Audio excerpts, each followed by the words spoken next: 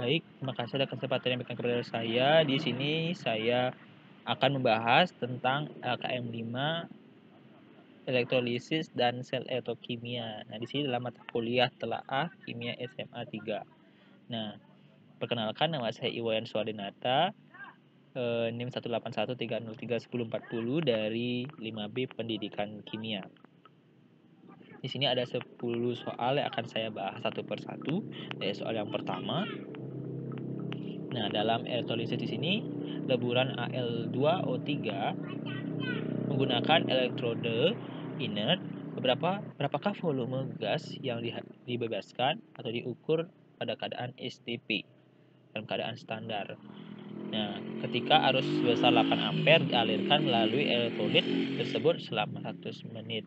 Nah, di sini kita bisa lihat terlebih dahulu, yakni ada leburan Al2O3 dan juga logam inert. Nah, kita bisa ketahui bahwa logam inert itu bisa PT, C, dan AU. Dan juga di sana di dalam soal tersebut diketahui itu kuat arus, yakni 8 ampere dan waktu 100 menit. Nah, kita langsung saja dalam Al2O3 itu reaksinya ada ion Al3+ dan ion O2-. Nah, dalam suatu reaksi elektrolisis di sini, yakni dalam ion Al3+ di sini akan mendekati katoda, sedangkan dalam ion negatif atau di sini dalam konteksnya O2- akan mendekati anoda. Nah, bisa lihat di slide itu merupakan reaksi katoda dan anoda, yakni pada Al2O3 yang mana Al3+ akan plus 3- akan membentuk Al, sedangkan anoda ini O2- akan terurai menjadi O2 dan plus akan terionisasi O2 plus 4 elektron. Nah, kita di sana bisa lihat bahwa yang ditanyakan ini kan volume gas. Nah, kita bisa lihat di sana dalam reaksi tersebut bahwa O2 dihasilkan di anoda. Nah, dengan keadaan STP kita bisa cari langsung di langkah-langkah dengan menggunakan rumus hukum Faraday 1. Nah, bisa lihat di slide di sana ada mol kali E sama dengan I kali T per 96500. Nah, kita cari dulu molnya berapa. Nah, elektronnya itu kita bisa lihat bahwa di anoda itu dia memiliki 4 elektron. Nah, dan juga I itu sudah diketahui yakni 8 ampere dan juga waktu itu 100 menit. Nah, 100 dikali 100 dikali dalam 1 menit itu terdapat 60 detik. Nah, 100 kali 60 yakni 6000 detik per 96500. Nah, di sini yakni kita bisa cari molnya. Ini dulu kalikan 8 kali 6000 yakni dibagi dengan 4 dan dibagi dengan 96500. Nah, dapat molnya yakni 0,124 mol. Selanjutnya, volume gas O2 di sini dalam keadaan STP yakni volume sama dengan mol dikali 22,4. Nah, ini merupakan suatu rumus keadaan STP. Nah, molnya sudah diketahui yakni dicari juga 0,124 mol dikali 22,4 dan hasilnya 2,8 liter. Nah, ini merupakan volume gas dalam keadaan STP. Oke. Selanjutnya, nomor 2, suatu percobaan elektrolisis 0,01 mol krom telah diendapkan pada katoda ketika 0,06 mol elektron dilewatkan suatu larutan elektrolit yang mengandung krom. apakah elektrolit yang digunakan dalam percobaan tersebut. Nah, bisa kita cari satu persatu terlebih dahulu. Nah, di sini diketahui bahwa 0,01 mol krom ini diendapkan oleh 0,06 mol elektron. Maka dalam 1 mol krom itu yakni 0,06 dibagi dengan 0,01 mol elektron. Nah, dalam 1 mol elektron jadi 0,06. Di sini dibagi dengan 0,01. Jadinya mendapatkan hasil 6 mol elektron. Seperti itu. Nah, di sini itu 0,01 ini kita bisa cari dengan cara membagi 0,06 dan 0,01. Bisa cari 1 mol kromnya. Nah, kemudian di sini reaksi pada katoda ini yakni reduksi kation yang sesuai adalah yang membutuhkan 6 mol elektron sehingga dihasilkan 1 mol krom. Nah, sini bisa kalian lihat Cr plus 6 ditambah 6 elektron akan menghasilkan krom. Maaf, kesalahan. Nah, di sini 6 krom. Dari alternatif yang bersedia dipilih Cr yang memiliki bilangan oksidasi 6. Nah, di sini saya sudah siapkan beberapa contoh senyawa yang akan dipilih yang mana mempunyai bilangan oksidasi yakni 6. Ada CrCl3, CrF4, CrF5, Na2, Cr2O7, K2, Cr2O7, serta Cr2O3. Nah, bisa kita cari satu persatu. Ini merupakan Cl ini memiliki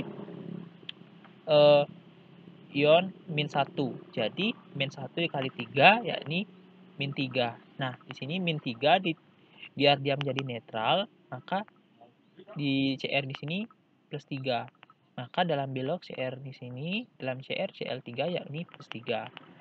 Nah, F juga sama. F ini muatan negatif, maka -4 +4 Cr. F5 juga sama. Mohon maaf, itu ada kesalahan di sini +5. Oke. Na2 Cr2O7 bisa kita lihat Na plus bermuatan positif dalam Na 1. Maka +2 O-nya -2. -2 dikali 7 sama dengan -14. -14 ditambah 2 sama dengan -12. -12 ini jadinya -12 plus 12 biar jadi netral. Plus 12 dibagi 2 dengan plus 6. Jadi bila pada Cr yakni plus 6. K2 Cr2O7 juga sama. Plus 6. Cr2O3 -2. -2 kali 3 -6. -6 plus 6. Plus 6 bagi 2 plus 3. Oke.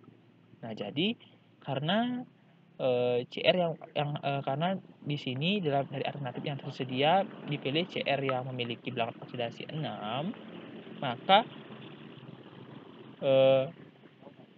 elektrolit yang digunakan untuk percobaan tersebut yakni ada Na2Cr2O7 dan juga K2Cr2O7. Nah, nomor 3, ketika 193 kulum arus listrik yang dialirkan melalui senyawa suatu logam 1 kali 10⁻³ mol atom logam mengendap di katoda, manakah logam yang dimaksud? Nah, di sini kita konversi dulu 193 kulum ke Faraday. Nah, dengan cara dalam 193 kulum, yakni 193 kulum di sini dibagi dengan 96500 kulum per Faraday. Nah, biar kita coret kolomnya dan kita dapat Faraday, maka dalam 193 kulum di sini yakni 193 dibagi 96500 jadi ya hasilnya 2 kali 10⁻³ Faraday. Nah, karena kita sudah mendapatkan satuannya dalam bentuk Faraday, maka reaksi pada katoda yakni reduksi kation Ln N plus Ne membentuk L, maka jadi muatan ion logamnya yakni N sama dengan 2 kali 10 pangkat min 3 dibagi dengan 1 kali 10 pangkat min 3. Nah, karena sudah diketahui di sana 1 kali 10 pangkat min 3 mol atom logam mengendap di katoda. Nah, jadi muatan ion logam yakni sebesar 2. Nah, maka dari itu yang termasuk ke dalam hal ini yakni Mg, Cu, Pb, dan logam lainnya yang memungkinkan tereduksi dengan menangkap 2 elektron. Seperti Mg2+, Cu2+, Pb2+, dan lainnya. Itu. Selanjutnya nomor 4. Larutan perak nitrat di elektrolisis, berapakah elektron yang dibutuhkan untuk mengendapkan 1,08 gram perak pada katoda? Diketahui AR, Ag 108 dan L itu yakni tetapan Avogadro. Nah, bisa dilihat reaksi pada katoda di sini yakni Ag plus E bentuk Ag. Nah, berdasarkan perbandingan koefisien antara oksigen dengan elektron, maka jumlah mol elektron yakni jumlah mol Ag. Nah, yakni pada jumlah mol elektron ini massa Ag per massa molar Ag. Nah, diketahui bahwa AR Ag itu 108 dan juga massa Ag itu 1,0 gram. Maka jumlah mol elektron ini sebanyak 0,01 mol. Nah, jumlah elektron itu dalam bentuk jumlah mol elektron. Jadi kita harus cari bahwa jumlah elektronnya berapa gitu. Dengan cara jumlah mol elektron di sini dikali dengan L. L itu tetapan Avogadro. Nah, jumlah elektron di sini 0,01 dikali L. Jadi jumlah elektronnya L per 100. Nah, itu. Nomor 5. Bahan yang digunakan sebagai elektroda pada sel Ag. Maju, jelaskan. Jelaskan reaksi yang terjadi. Bisa lihat di gambar itu merupakan sel Ag atau SU ACCU. Nah, di mana larutannya itu H2SO4, dalam katoda itu ada PbO2 dan juga dalam anoda itu Pb. Nah, di sini saya akan jelaskan dulu bahwa anoda dan katoda di sini merupakan zat padat lempeng yang berpori. Keduanya dicelupkan di dalam larutan asam sulfat. Nah, Ag tidak memerlukan jembatan garam karena hasil reaksinya tidak larut dalam sulfat. Kedua elektroda disekat dengan bahan tidak larut dalam sulfat. Mohon maaf, kedua elektroda disekat dengan bahan fiberglass agar keduanya tidak saling bersentuhan. Setiap sel Ag mempunyai potensial 2 volt. Jadi Ag 6 volt terdiri dari 3 sel, Ag 12 volt terdiri dari 6 sel, dan sebagainya. Masing-masing sel dihubungkan secara seri. Nah, bisa lihat di gambar, itu dihubungkan secara seri. Oke. Nah, dalam katoda itu PbO2, sedangkan anoda itu Pb. Jadi reaksinya itu yakni Pb ditambah SO4 2-min menghasilkan Pb, SO4 dan 2 elektron, sedangkan di katoda itu PbO2 plus SO4 2-min dan 4H+ dan 2 elektron tereduksi menjadi PbSO4 dan 2H2O.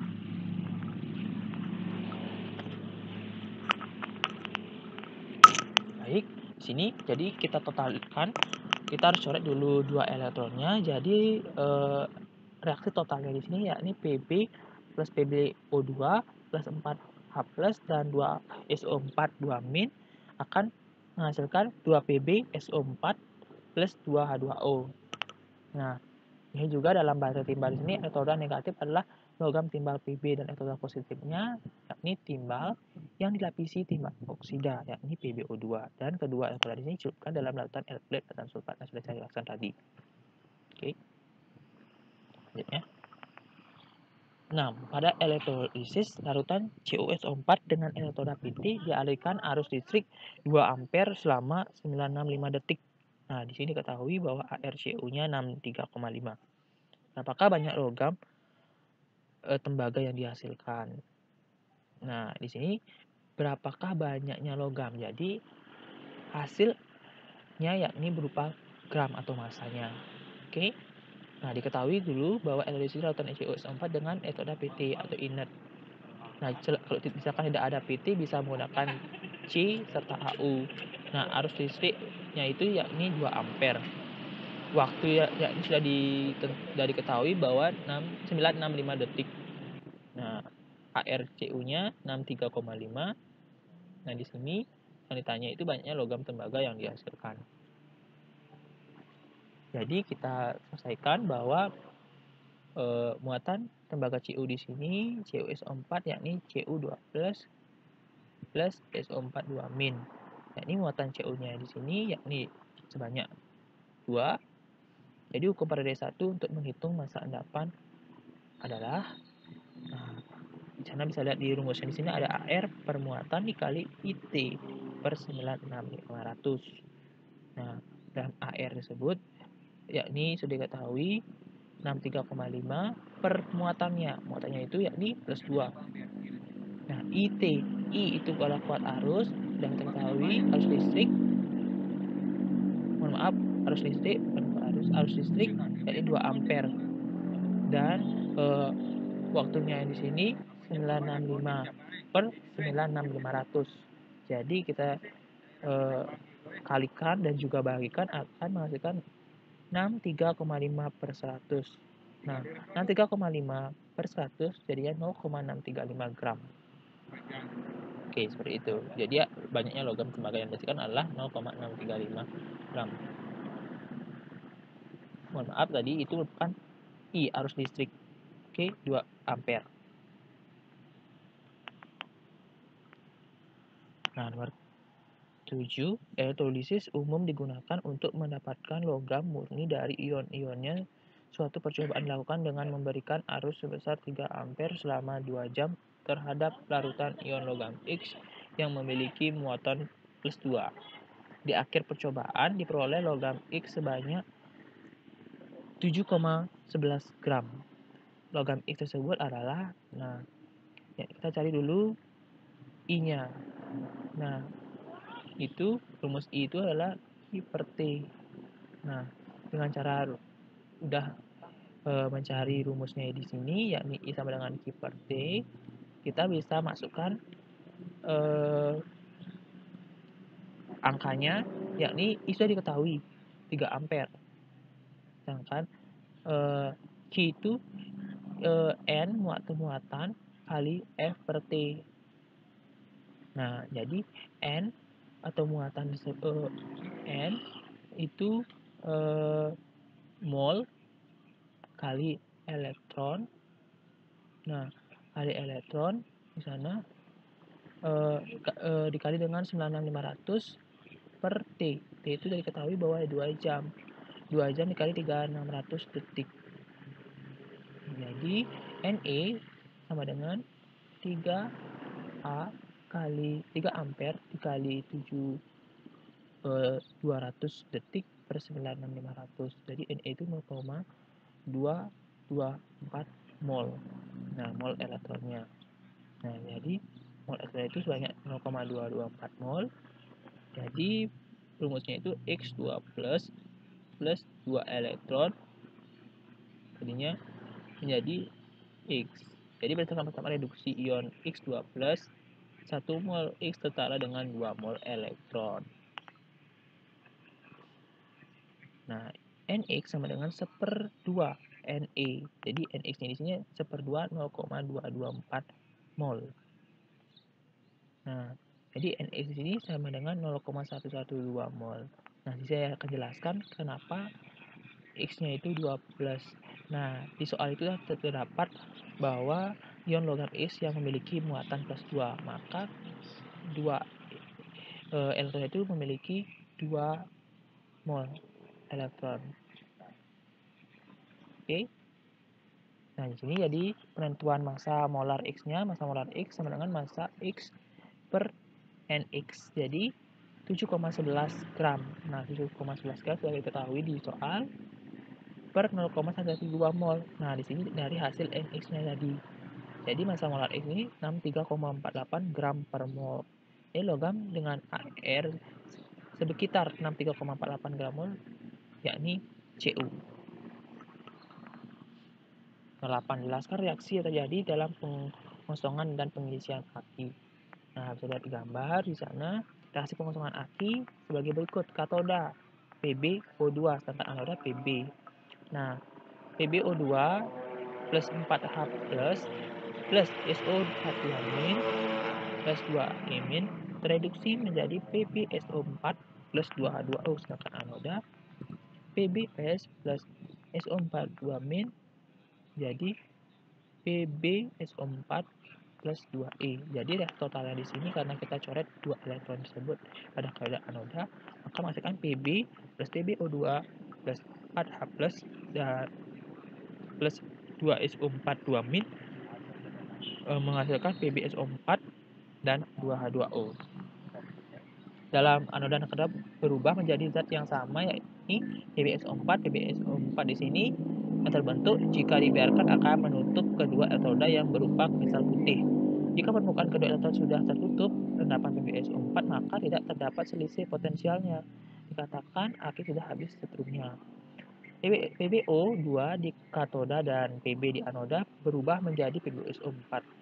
Untuk mengembalikan PbSO4 ini menjadi Pb dan PbO2, aki harus dialiri arus listrik. Selama pengosongan aki di sini H2SO4 diikat dan dihasilkan air. Dengan demikian kadar H2SO4 di sini berkurang dan massa jenis larutan berkurang. Aki yang baru diisi mengandung larutan dengan massa jenis 1,25 sampai 1,30 gram per cm kubik. Jika massa jenis lautan turun sampai 1,20 gram per cm kubik, maka aki harus diisi kembali. Nah, itu bisa kita lihat jika lautan tersebut massa jenisnya kurang dari yang sudah disediakan, maka harus diisi kembali. Nah, dalam pengisian aki di sini dilakukan dengan membalik arah aliran elektron pada kedua elektroda. Pada pengosongan aki, anoda Pb mengirim elektron pada katoda. Sebaliknya pada pengisian aki di sini malah Pb dihubungkan dengan kutub negatif sumber-sumber arus. PbSO4 di sini yang terdapat pada anoda mengalami reduksi sedangkan PbSO4 yang terdapat pada katoda mengalami oksidasi membuat PbSO2. Reaksi pengisian aki adalah sebagai berikut. Kita lihat di sana katoda PbSO4 plus 2 elektron akan tereduksi menjadi Pb plus SO4 2-, sedangkan anoda PbSO4 plus 2H2O untuk PbO2 plus 4H plus SO4 2- plus 2 elektron.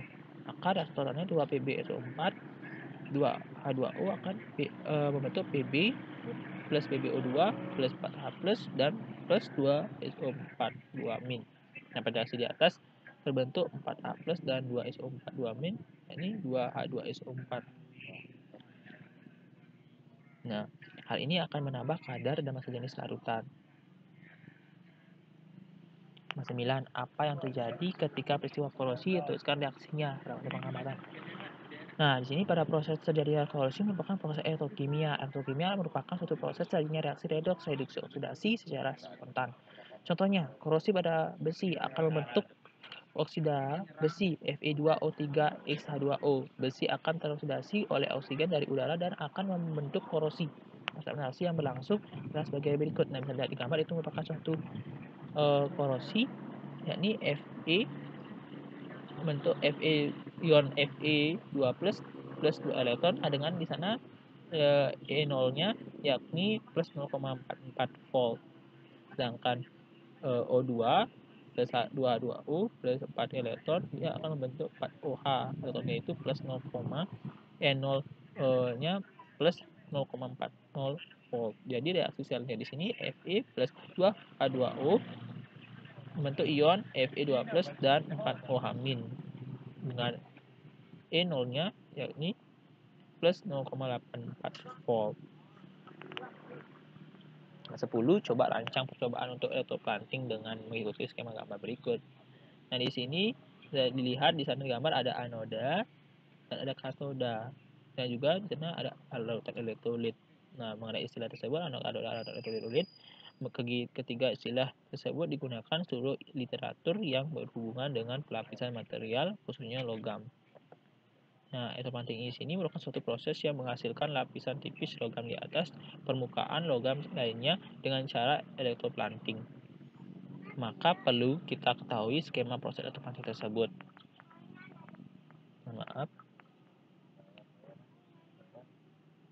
Nah, di sini perpindahan ion logam dengan bantuan arus listrik melalui elektron elektroplanting sehingga ion logam mengendap pada benda padat yang akan dilapisi. Ion logam diperoleh dari elektrolit maupun berasal dari pelarutan anoda logam di dalam elektrolit.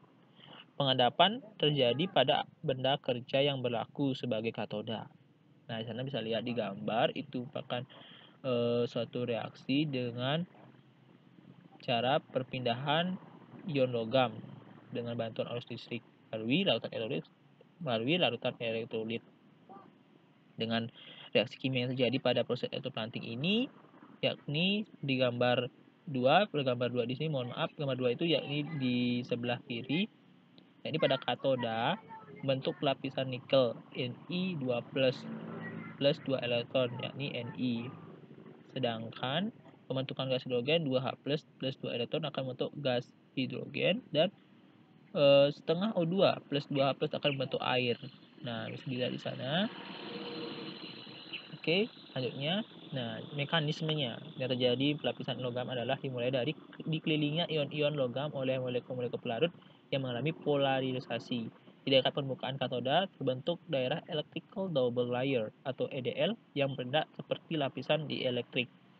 Adanya lapisan EDL inilah memberi beban tambahan bagi ion-ion untuk menembusnya.